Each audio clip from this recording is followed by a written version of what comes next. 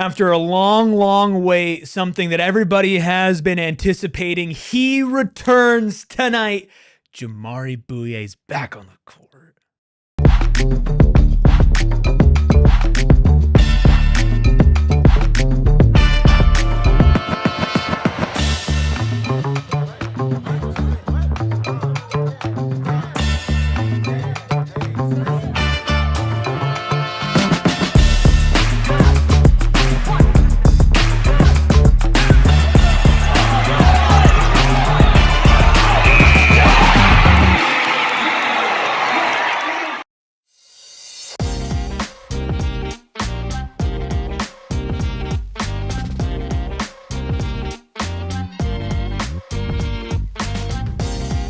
Psychos and sickos unite for just one more day edition of the PHNX Suns pregame show, of course, brought to you by our friends over at Gila River Resorts and Casinos. You do you. At Gila River Resorts and Casinos, visit playatgila.com for more details. I'm Eric, that's Gil. We got Espo, we got Steven, we got the Freckled Mamba behind the Mac, making all of the magic happen as the Phoenix Suns are on the first night of a back-to-back, taking on the Brooklyn Nets, fresh off of picking up a win against the New York Knicks. Hit that like button, hit that subscribe button as well. Let's waste no time. Let's get into the injury report, of course, presented by our friends over at the Husband and Wife Law Team. If you've had a serious injury, call the Husband and Wife Law Team first at 602-783-8841 or visit their website at husbandandwifelawteam.com.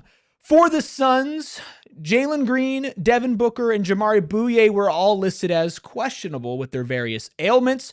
Jamaree Bouyea is back from concussion protocol. Devin Booker playing in his second straight game with a left ankle sprain, but Jalen Green is out with a right hamstring strain. Pre-game, head coach Jordan Ott said if everything goes to plan, Jalen Green will be making his return for the Phoenix Suns tomorrow, and that there were no setbacks during his recovery since that second Clippers game. Gentlemen, your thoughts on one more day of waiting for Jalen Green? I won't say this is what we expected, but I will say it's something that we floated out the idea of this being the, I guess, approach that they took to him. We saw it with Grayson when he was almost there. They decided to hold him out to the second end of a back-to-back. It was the OKC-Houston back-to-back. Much different this time. This is the lengthy road trip, Brooklyn-Philly back-to-back. And, just saving him one more day, I guess. If all goes well, then we'll see him tomorrow. And I guess it's just good to have some clarity and some understanding on when we will see him play. I'll believe it when I see it. That's fair. I mean, we don't 100% know that he's going to play. There was some gray area left there. So I'll believe it tomorrow when we're sitting here at about around the same time and saying, yes, he's playing and yes, he's starting. Until then, I'm going to operate the way we have been. And when you hear Coach talk about it with Dwayne pregame, and Dwayne posted the full video and everything goes to plan, basically the idea was he got a good day of practice in and playing 5-on-5 yesterday or 2 days ago, wanted to see how he responded to that. And then if he's not going to play both nights of a back-to-back, then give him an extra day of rest after playing that 5-on-5, after getting some more work in, seeing how his body responds, and then play against Philly. I think a lot of people are looking at today's game against Brooklyn, who, and we'll go over the Brooklyn side of the injury report and the line, are heavy underdogs tonight, clearly a worse team than the 76ers. We're thinking that this is a more ideal warm-up game for Jalen Green than tomorrow night against the Sixers. Do you feel like it's smart to play him against a better team, or would you have liked to see him, if he was going to play one of these nights, on the first night against a lesser opponent? I think you should take this because you had the best point I've heard about the Philly side of things. So. Yeah, they're playing tonight. I think they start now or soon, but they're at home, and I won't say what I said in the group chat, but no, you should. They don't have guys that are likely to play on the back end of a back-to-back. They're old AF. Considering Paul George, I almost called him Paul Pierce because you said that. But Paul George and Joel Embiid, I don't imagine they both play tomorrow, considering they're both playing tonight. So that changes the math on if Jalen is playing tomorrow. You're not going to see the team that you might have potentially been expecting had they not been playing tonight as well. Does Paul George need a wheelchair as well? He's the type. Well, look, that's crazy. Respectfully. The only, I guess, counter I have to that is they are playing the Indiana Pacers, who are prone to getting absolutely destroyed, and there's a possibility that the Sixers starters don't play deep into this game or play heavy minutes tonight, so maybe they do play tomorrow. And look, I think from a fan perspective, I would have wanted to see Jalen Green as soon as possible, obviously. Like, we are all salivating at the idea of watching him play, and I think even seeing him play for those 30 minutes, it gave you such like a great idea of what this team could be.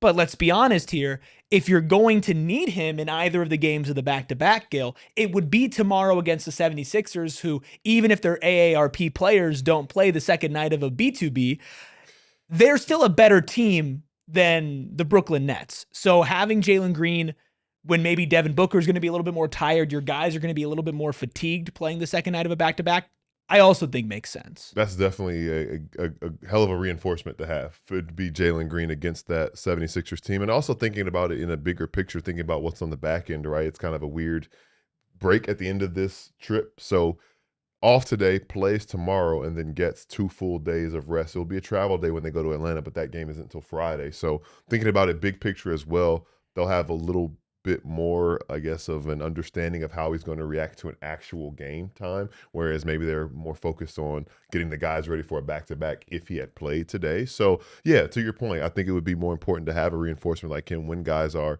tired. We have no idea who will or won't be available for the 76ers tomorrow. Not necessarily an easy place to go play as a visiting team. So it'll be good to see him, and it'll also be a good test. I don't necessarily think that the Sixers have a necessarily level of physicality that'll make him uncomfortable and test that hamstring. So it'll be good if that's what happens to see him in that moment. And when you look at, okay, the amount of days in between, and as much as you want to give a guy rest, if you play him tonight, then that's a pretty long stretch in between his first and his second game. Now, correct me if I'm wrong, but I do believe that the Clippers games that he played wasn't back-to-back, but they were only separated by 1 day because it was the Clippers at home break and then the Clippers on the road, right? So that's like a pretty quick go-around with a travel day in between for him to play his second game. Maybe this has been the plan the entire time, but I also think because he was upgraded to questionable, right, which is something they did the first time he was coming back, and there were just some waves where you would think, oh, maybe some people are hinting at the idea that he's coming back tonight. I do think some Suns fans feel like they got the rug pulled out from underneath them. I mean, I get that feeling, but also, I mean, come on. Have we not watched the last, 8 weeks, 9 weeks? Like, sure. We got to know that nothing's a given when it comes to Jalen Green. And like I said, I'm not even counting tomorrow as that yet. Yeah, I would hope tomorrow. I know a lot of us thought that maybe this would be like a later in the road trip or maybe the first home game back. So if he does come back against Philly, I think that's a little bit earlier than a lot of us fully expected, even though we knew it was in the realm of possibilities. Obviously, we'll keep you up to date on the official ruling and everything of that nature at PHNX_Suns. But first, there is a game tonight. Let's look at the Nets side of the injury report here, because not only are the Nets not the best team in the NBA, they are also missing some talent as well. Day'Ron Sharpe is out with an illness. Igor Demin is out with plantar fasciitis. Cam Thomas is out with a left hamstring strain, and Haywood Highsmith is out with a right knee injury. A variety of names, Steven, on that injury report. Which one of those absences is the most impactful for the Nets tonight? Day'Ron Sharpe for me, because they rely on the versatility of their bigs, and without having one of their 3 main rotation bigs available for the style of play that they like to play, that hurts them a little bit. So Day'Ron not being available, his activity, his versatility, his ability to kind of knock down some shots for them and do some kind of connector things for them on offense. Not having that and really having to lean even more into one of my favorite players in the league, Nick Claxton, just hurts their depth against a team that they're already at a talent disadvantage with. Why is Claxton one of your favorite players in the league? Because he's a top-tier blue-collar guy. All right. That's fair. Literally does everything on both ends of the court outside of shooting threes, inverted pick and rolls, all of the fun stuff. He does it, and he wears the qualities well. How difficult of a matchup is he for Mark tonight? It's a very tough matchup because he can put the ball in the deck. And that's not something that all 5s can do. There are more 5s that are trending that direction. But grabbing goes for him. If Mark is not able to get back and then be able to slide his feet and stay in front of him, that pressure on the rim is what triggers a lot of opportunities for other guys And if Michael Porter Jr. has anybody that's creating offense for him, that's not good business for the Suns tonight.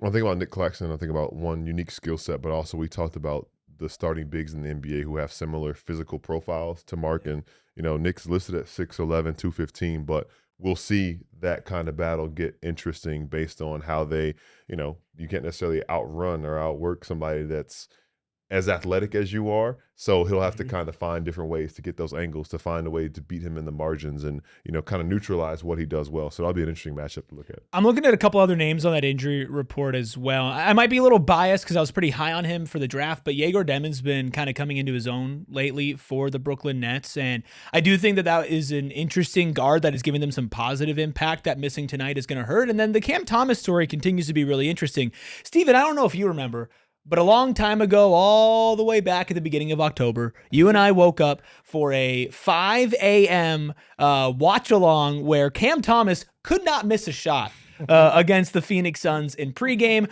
I know that it hasn't been the best season overall for Cam Thomas, but him missing tonight does take another player off the court that can drop 25, can drop 30, along with Michael Porter Jr., who we'll obviously talk about here in a second. Yeah, it does take that off the board for them. Cam Thomas is a player that's in flux right now. Franchise did not give him the contract that he wanted. He went to search elsewhere, realized that there's not that money on the market for him, so came back. And they're just kind of at a bit of an impasse a little bit right now.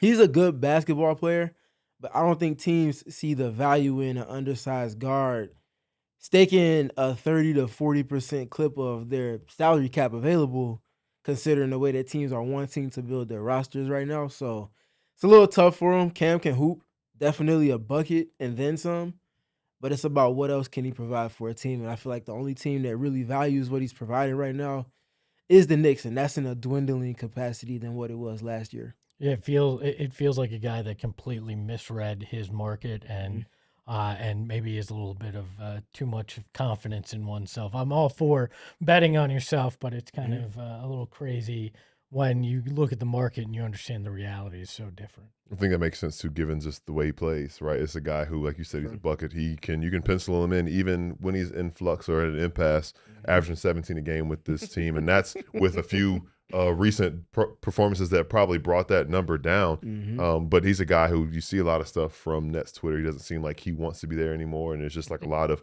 strange things. So it could be, in some sense, not addition by subtraction because he's a good player, but things might flow a little bit differently when you don't have to necessarily take into account that he's around there, or at least available and taking up a diet of the shots that he has. Well, look, Cam Thomas is a bucket getter for sure. He's out tonight. The Nets just also happen to have one of the other premier bucket getters in the league who just also happens to be almost a foot taller than Cam Thomas and Michael Porter Jr. And he's been a really interesting story. Mike Spice.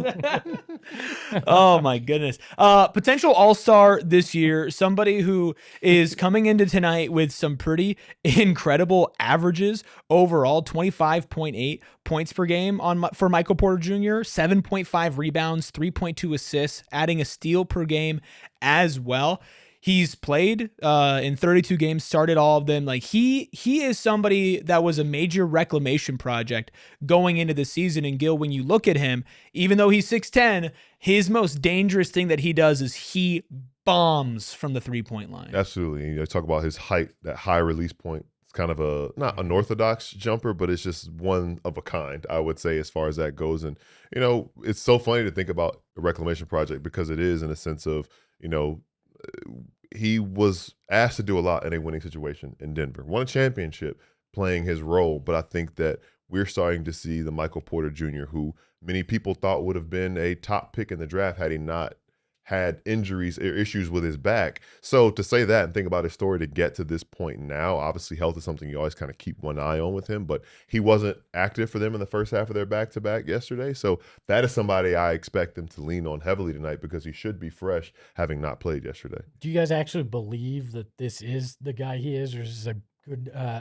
a good player on a bad team so he looks great because of that? It kind of feels like that old argument where it's like, oh, put this guy on such and such bad team and they can't build a winner around him. Well, they probably won't be able to build a winner around him. But I think that there are other teams out there that are probably looking and saying, okay, maybe he can come back and some of those shots come back down, and maybe he can be a 18, 19 point per game score on our team that has high expectations because he's done it before. I think that his role was minimized maybe a little too much in Denver, and he tried to play out of it. And obviously he's doing this for a team that's 12-28. They've played better basketball as of late, specifically in the month of December. But I think it's probably somewhere in the middle as much as that is me riding the fence. You put on the chaps, you rode the fence. I mean, he's won a championship as a role player. I do think that he's shown he could do a lot more with his game as far as self-creation goes. I know a lot of the times in Denver, he would create a little bit, but it was a lot of catch and shoots. I mean, the dude's shooting 40.5% from deep on 9.5 attempts. And Steven, you look at the attempts, they're not wide open attempts all the time. Like, he's taking really difficult shots. I do think that he has proven himself to be more than I think what Denver maybe evaluated them as. And he was, you know, another part of a decent defense when the Nets were playing better basketball over the last couple of weeks. So I think he's really changed his narrative coming into Brooklyn. I don't know if he's changed it to he can put up these numbers and be relied upon this much as the number one option on a championship team, but I certainly think people know that he could do more now. Do we have the graphic for MPJ? I don't believe we do. Okay, so 9.5 3-point attempts a game for him. That's crazy. On 40.5%. That's even crazier. Yeah. And there's a slight drop off from what that would have looked like with Denver versus what it looks like with Brooklyn. In Denver, it would have been probably 96% catch and shoot. With the Nets, he's putting the ball in the deck a lot more. I don't think he's a guy that can be a number one on a team that's playoff and championship worthy.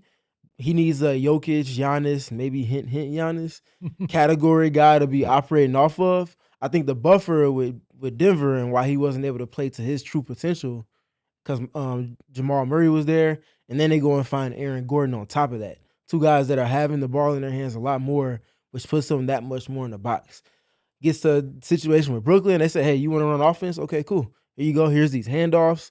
Here's some catch and shoot opportunities, but we're going to put you in the post a little bit, run more pick and roll. Let's see what you got. And he's worn those qualities well. He's top 15 or 16 in scoring, I think. Grabbing 7.5 rebounds as well. Also, season or career high outside of rebounds, 3.2 assists. And he's getting to the free throw line 4.4 times. So that's a guy that's rounding out. He's operating as a good top tier guy. It's just not going to be something that he's going to be a number one option for a team that's in the playoffs outright. And the hint there is also probably another reason why they're going to rely on him a lot tonight is that he is a big piece in the trade market, if not the biggest, most movable piece right now. Brooklyn might decide they want to hold on to him, but either way, I think they're just going to not force feed him because he doesn't need to be force fed. He's just Kirby. Like, he's taking all the shots. Like, it doesn't matter. So icy. He is going to be firing a lot tonight, and he could single-handedly win the Nets a game. That's why I think defense is really important for the Suns tonight. I think I look at Dillon Brooks on the Suns side of things as one of the players that I'm kind of keeping my eyes on. I would assume that either him or Royce O'Neal would be getting the Michael Porter Jr. matchup, but we also have seen Dillon struggle a little bit on the offensive end as well. What do you guys see as far as how the Suns should win this game tonight? Is it just hit your shots, or is it if you lock in on defense, then the Nets don't have a chance? Play your game. You're a better team across the board in every measurable facet. So go out there, play your game. Don't let MPJ go out there and hit 10 threes tonight, and you should walk away with a victory because there's nothing that you've seen from the Nets this year, nothing that you see in the stats that suggests that if you play the way you're capable of, that they can win. In a similar but different way, it feels similar to how we felt before the Grizzlies game, where it's like, hey, this is a team that could hurt you if you don't take them seriously and don't approach the game the way you need to. And the Suns, which we've seen mostly all this season, approached the game the way they needed to and took care of business. So that is kind of what I'm thinking tonight. You know who can hurt you. You know Michael Porter Jr. is basically the head of the snake, but also Nick Claxton has his unique abilities that kind of get things going with that team. So focus in, key in on those guys, and do what you do. You should be fine. Yeah, you have to do your job because they have some things that they can do that can derail your game process if you allow it to. And that might be a good transition to the keys. Let's do it. Let's take a look at your keys, Steven. Yeah, so key number one for me, take care of the basketball. The Nets aren't a high turnover rate forced team, but they play a style of basketball where they're no different than the Suns in picking up guys on the other side of half court more often than not. Tons of switching, equally as much, if not more, than the Suns do.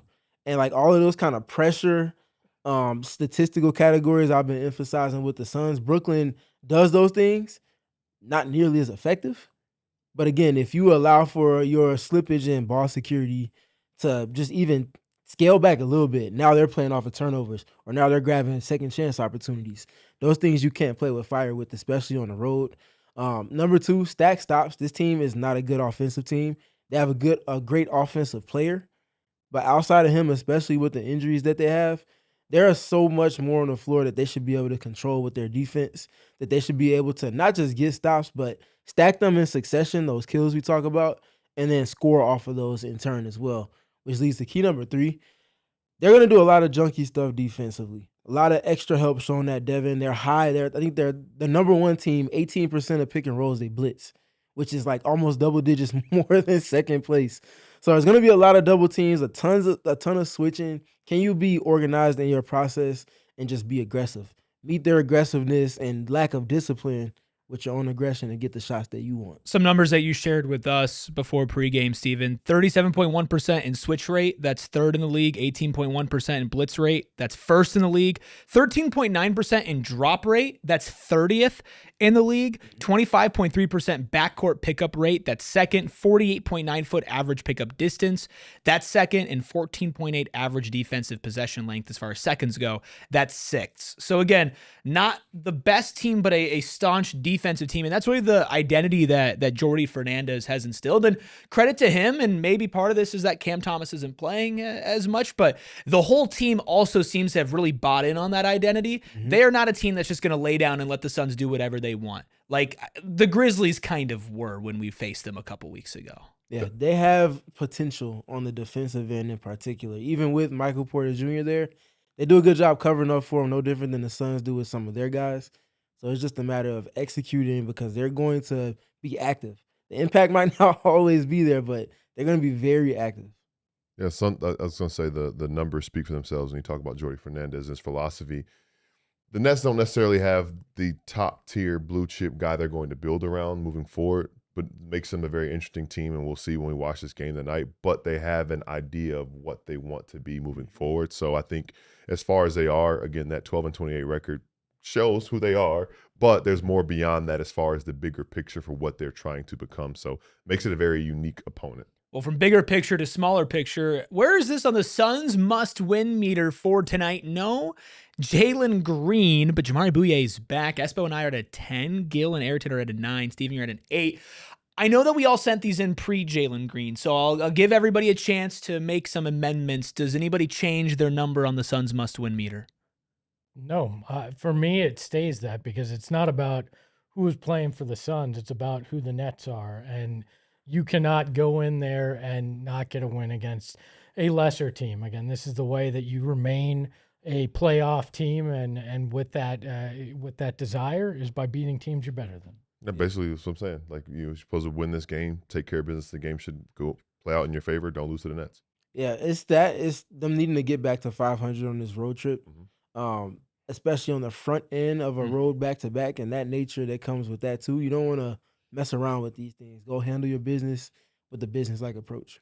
Good teams put away bad teams, and I know we can respect some of what the Nets do, but they are not a good team, and that's reflected in the line that we see over with our friends at Bet365. The Suns nearly double-digit favorites on the road, -9 on the spread, -380 on the money line, +300 on the money line for the Nets, +9 on the spread for Brooklyn. I'm wondering if anybody took the spread or money line in their pregame picks, also presented by our friends over at Bet365. Sign up, use code PHNX365, deposit 10, place a bet for 5, get $200 in bonus bets. If your bet wins or loses, bonus bets can be used on spreads, totals, player props, futures, and more. Whatever the moment, it's never ordinary at Bet365. Must be 21 plus and physically located in Arizona. If you or someone you know has a gambling problem and wants help, call 1-800-NEXT-STEP, text NEXT STEP to 52342, or visit promgambling.az.gov.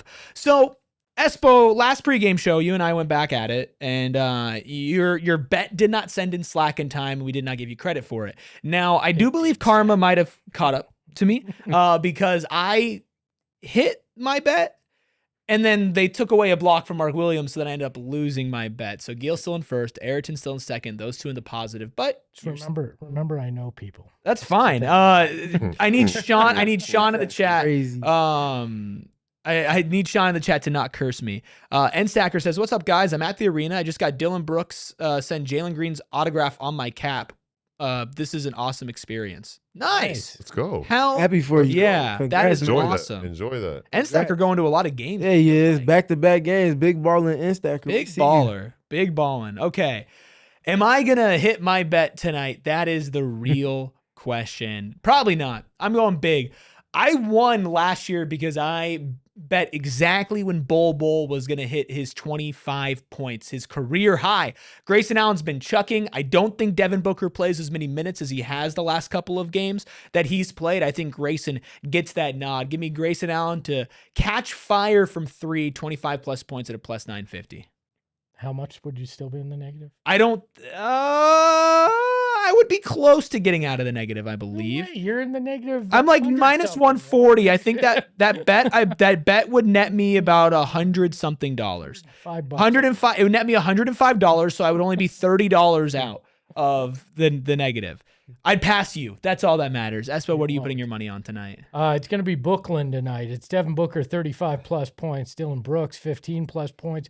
Royce O'Neal, 10-plus points at a plus 2,100. Bam. There you go. I'll be in the lead after this evening. We'll see. He's including Michael Porter Jr. in their bet.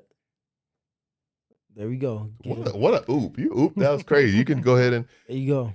My pick, keep it simple, because I'm in danger now. I'm on a crazy losing streak. Devin Booker, 20-plus points. In first place. Michael Porter Jr., 20-plus points. And a little score in this game. Total over 209.5. So teams are going to combine for 210 plus 130. Short, simple, sweet, to the point. I was thinking about taking some Michael Porter lines, but I can't imagine like living and dying on every single Michael Porter shot tonight. There's going to be a lot of them. He's going to take a lot, There's though. going to be a lot of them. No, I know. This is what the Freckled Mamba is putting his money on tonight. He wants Colin Gillespie over 19.5 PRA, Osagadara over 11.5 PRA, and he is taking the Suns line minus 9.5 at a plus 470 with a 30% profit boost. All right, so those are our bets. We'll get to our score predictions in a second. But we kind of glossed over the fact that Jamaree Bouyea is back for this team. And I know it's a two-way guy. Maybe we don't usually spend that much time talking about it. But he was a really big contributor. How do we see his return impacting the Suns tonight in Brooklyn? He's a guy who, if things are looking kind of dreary or weary or like they need to get it together, he infuses life in this team in that second unit. So I expect him to infuse life in the second unit. And also, it'd be interesting another conversation another time, but ranking two-way guys in the league, he'd be near the top of the list. So I think he's going to be playing like a guy who's fighting for his spot in the rotation because he's fighting for a spot in the rotation. So I expect the effort, the hustle that we've seen from him and an attempt to make an impact tonight. Yeah, give him a little grace. There might be a little bit of rust. But his three-point shot will not be rusty. I highly doubt that. So he's going to have opportunities to get up shots, and I imagine he's going to probably knock down a couple of threes in that as well. Looking forward to seeing Jamaree Bouyea back in the court. I think Deborah made a good point for tonight. Just no technical fouls or flagrants. Can't Dillon promise Brooks. that. Let's just it's the Nets, okay? Jordan Knox return to Brooklyn. First time in 6 years, I think. Can we get a Jordan Ott tech tonight then? I'm fine with that. Highly doubt it. Do we? Okay, doubt it. real quick. If you had to bet over under 1.5 technical fouls for Jordan Ott in his career, are you taking the over? Oh, for his career, over. Okay, in 5 years, over 1.5. I think when he gets comfortable, he will let it fly a little bit Okay. more. He will get one this year. But it would be You think so? very strategic. Team is on a run. You missed a call there. I'm going to let you have it. I'm going to take the under. I feel like if we get to a certain point where he's not going to get one, he might just like go Mike Conley and just. Yeah, but say the Mike Conley coaches. The Mike Conley method. I tell you what, he'll be tested in that. You better believe it. I think he might take one as a shield for Dillon Brooks in one of these games. Dillon Brooks going to push Jordan out to the side and get him one too. I want this. He's like, Coach, this is my this is 20th flagrant and tech of the season combined. Okay, Here's our score predictions for tonight. Suns, Nets, 116-104. Steven has the Suns win. Espo, 122-108, has the Suns winning. Gil, 120-107 with the Suns win. I'm going 118-110, but I think the Nets outscore the Suns in the fourth because it is that much of a blowout to make it a little bit closer than you would expect. Unfortunately, not letting Ayrton cover the line. That's what we think. No watch along tonight, but tomorrow, Jalen Green's debut in 2026 as a Phoenix Sun. We're not going to just scratch the first ones that he did. We will be doing a watch along tomorrow. Of course, we'll also have a pregame show and a postgame show. Make sure you go watch Steven's film breakdown on Jalen Green. That's still up on this channel with an extra section for members. Go watch Gil and Steven's conversation with Tim Legler where they talk about the mental side that Jalen Green is going to have to overcome as a player returning from injury. So you can check those things out during halftime or put the game on mute and watch those as well. Plus, you can follow the show at PHNX_Suns for up-to-date, up-to-the-minute updates on Jalen Green, Jamaree Bouyea, Devin Booker, All-Star, memes, fun things, highlights, all of that at PHNX_Suns. It's on Twitter and on Instagram. Shout out to the Freckled Mamba who's had one hell of a day so far. You can follow him at Freckled Mamba. You can follow Steven at StevenPG3. You can follow Espo at Espo. You can follow Gil at GilMcGregor_. You can follow me at ERIKRUBY. Let's go beat the Nets. Hoi, hoi. We all silly like the mayor.